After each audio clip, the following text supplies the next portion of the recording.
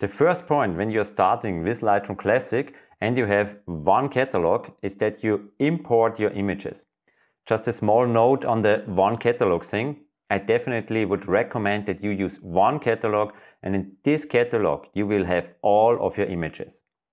It's very, very important to work with collections if you're working with one big catalog, but this is for a later video. Right now we will start with the import, and without further ado and without adding to all of this, let's start, and I switch over to Lightroom. And here inside Lightroom you see that I have some project in this catalog. That's my Lightroom Classic LR cut file. This Lightroom Classic catalog is on its default location in the image folder. So when I command click here on my Mac, you see Lightroom catalog LR cut, and this is in my user, pictures, Lightroom, and here this is Lightroom, my Lightroom catalog. Okay, and right now I want to import images into this catalog. So I take my SD card and put them into my SD card reader, and now I can go to the import dialog over here, or just wait because Lightroom will open this automatically on my system. When I now go to the SD card, that's the Untitled 2, and I go into the folder, there you see that these are the images that I shot with the camera.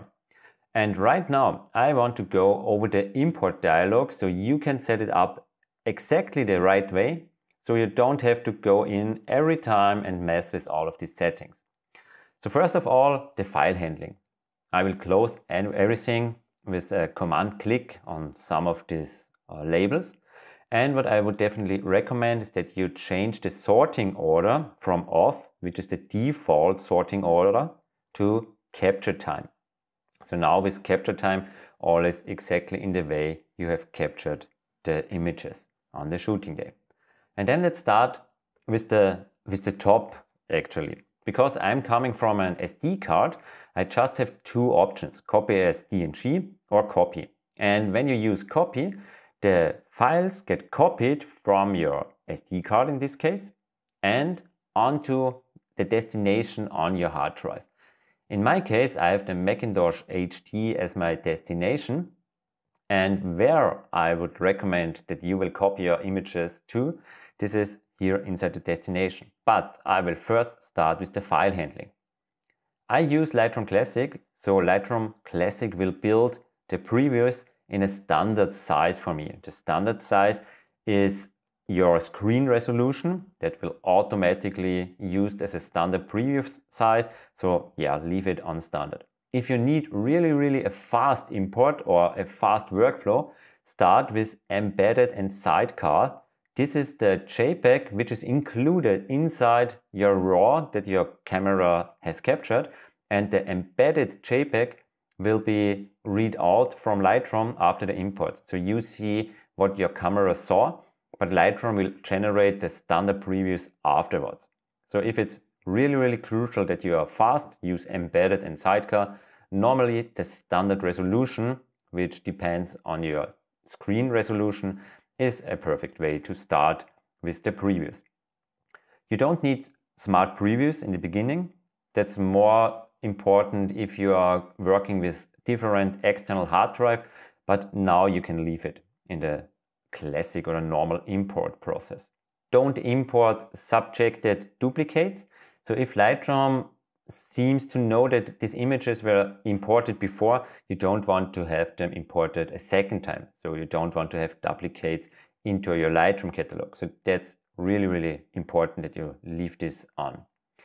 Next, so these two you can skip. Next is file renaming. And here I use a special renaming technique. These images are coming from a camera via IMG, here the numbering 7224.ARW, and I want to change it. And I have a micro branding, as I used to call it, and you can click on rename, go to the template and go to edit, and here you have to insert this. I show you right now. So I start with my M and my D from my name, Martin Dörsch, MD. So my initials. And then the image name shouldn't be the image name, because if I take the file name, you see that I got the original name after my MD. But if you change here to file name number suffix, then I just got the numbering, and in front of it I got my MD and then my file name number suffix. And to save this as a preset, you can click onto this preset button over here and go to Save Current Settings as a new preset. And here you can write in the name you want to have. I took this before and I have the 001 MD suffix. And when I press on Done, you see that I have my template over here. And now all the images get imported and renamed in the importing process. And this is, as I say all the time, that's a little bit of a, let's say a micro branding. So all your file names are exactly as you want to have them. Okay, next step is the apply during import. And here you can leave everything as it was.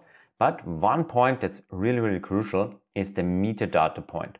And here it's important that you create a new metadata template. So when you press on New, you can add a name over here and then fill in all the information. I did it in that way that I will fill in the copyright information, and at the IPTC creator, I fill in all the information about me. After I've done this, I can go to the preset again and save current settings as new preset.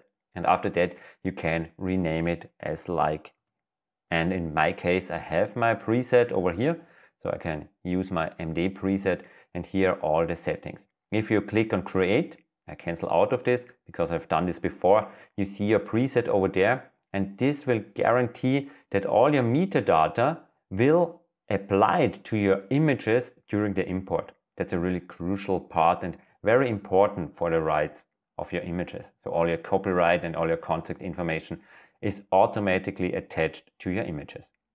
Okay, and now the next part, the destination. That's an important point. I normally import directly to my user folder, then inside the pictures folder, and here let Lightroom Classic do the work. So in that case, Lightroom should create the year, so 2020 / and after that the date via year minus month minus day, so 2 months, 2 days. And when you take this, Lightroom will analyze the images, and in this case you see the project is from 2020, so Lightroom will create inside pictures this year folder. There was no 2020 folder, so Lightroom will create the 2020 folder, and inside the 2020 folder Lightroom will create the 2020 minus 05 minus 22, so the year, the month and the date. And now you could in theory press on import, but there's one important step, and this step is really important to work future-proof and fast in your next imports. And you can go over there to the bottom and you see the import preset. And with all the settings dialed in correctly, you can now go in and save all of this, save current settings as new preset. And I've done this before. As you see here, I have the 001 and I think I've called it MD import or something like this. Yeah, exactly. And here you see, that's my MD import preset. So what's about the preset? This is the cool part. If you change something, for example, by accident, you pressed over here, or you go to the file renaming and uncheck this one, you see your preset has now the edited here attached.